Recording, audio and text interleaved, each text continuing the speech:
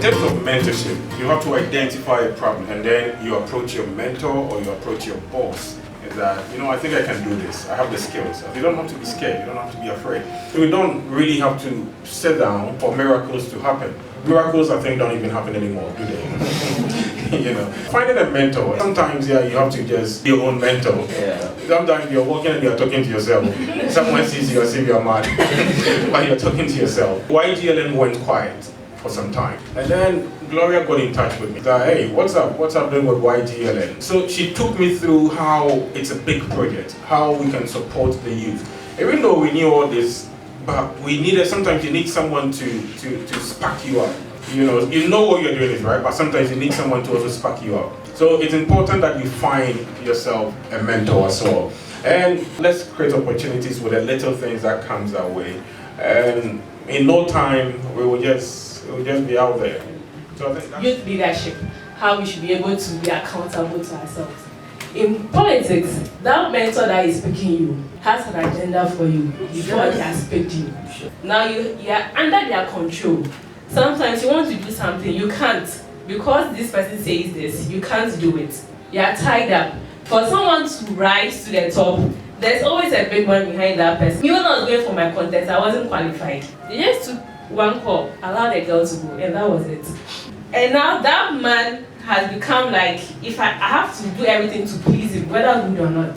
Sometimes you know that this thing, yeah, Charlie, but once he has said do it, for you to say no, which means your political career now it has ended over there. But because you also want to rise on, you also do what he says you should do. So it's going to be very difficult for us to be accountable to ourselves and to be honest to ourselves. And I don't know how we can overcome that. Some of the things you want to do, they won't allow you to do it. Yeah. I'm so happy that you mentioned this. Your personal brand is very important if you want to go into politics. Years ago, I never dreamed of even speaking. I hated the word politics because of obviously what it looks like. It stands against everything I believe in. Until I got to know that if you keep getting angry and you don't want to be involved, then shut up. Because evil will thrive when good men keep quiet. Yeah.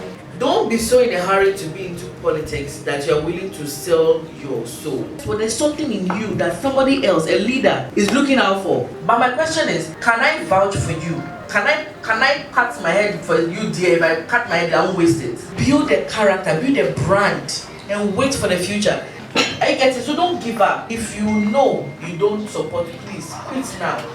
Look for people that have character, men of integrity. That is what we lack in this. Be a woman of integrity. So quit and prepare yourself for the future.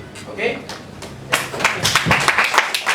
how our political system is structured currently is not nice. These are some of the things that we as young people would have to come together, demand for massive changes. And I always say that it appears Ghanaian youth are not mad enough. They're not angry enough to call for changes. You go down there and there is vote buying. Nobody has held anybody accountable. We have the special prosecutor, and I want to use this to appeal to the special prosecutor to start looking into enacting, championing that idea of enacting laws to halt this vote buying. You get it? It's as if we have the laws, but nothing is working. You have to bribe your way into parliament. Give people 5,000 Ghana cedis, 3,000 Ghana cedis before you get to parliament. Ask your MPs how much they earn in parliament.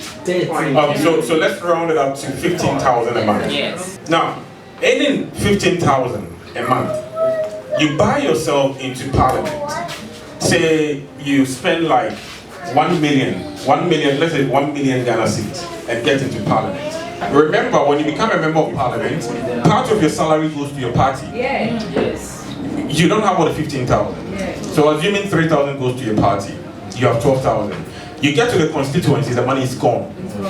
Someone has killed his family members 10 times. You know why? All because they want money for funeral. Oh yeah. You know what? They're telling lies. Yeah. You pay, when people are going to the hospital, you pay their hospital bills. You pay everything. Are MPs supposed to do that? No. It's because our leaders have failed the system. Yes. So the question is, what are you doing as a young person? We are not angry enough. And we hail them. What have they done? They buy themselves into parliament, they do nothing. And the good ones that can lead you, You will not be given any chance. So we have a long way to go. And we the young ones, I think we constitute the majority of our population in Papa. Yes. We need to be angry enough. Because we are not. I feel how the system is, and it's dirty. So you asked the question about doing something, someone pushing you in it, and I completely get you. The party chairman brought his people as delegates. All the delegates came through the party chairman. So the party chairman has that control over you because you own him. And he tells you, vote for this person. You have no option.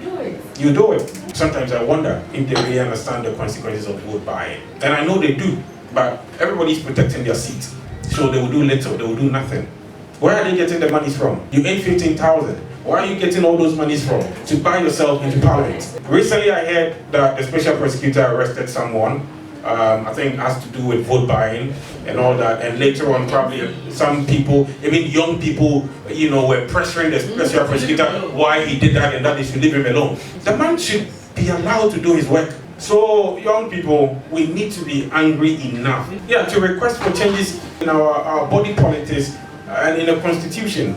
Someone comes to you, tells you, I want to do this. When they get to parliament, they don't do it. When they get to office, they don't do anything, and we hail them. Politicians are offering you money and all that. If they see that you have that potential, and you think there are no strings attached in this our system, let's begin to train ourselves to be better. Thank you.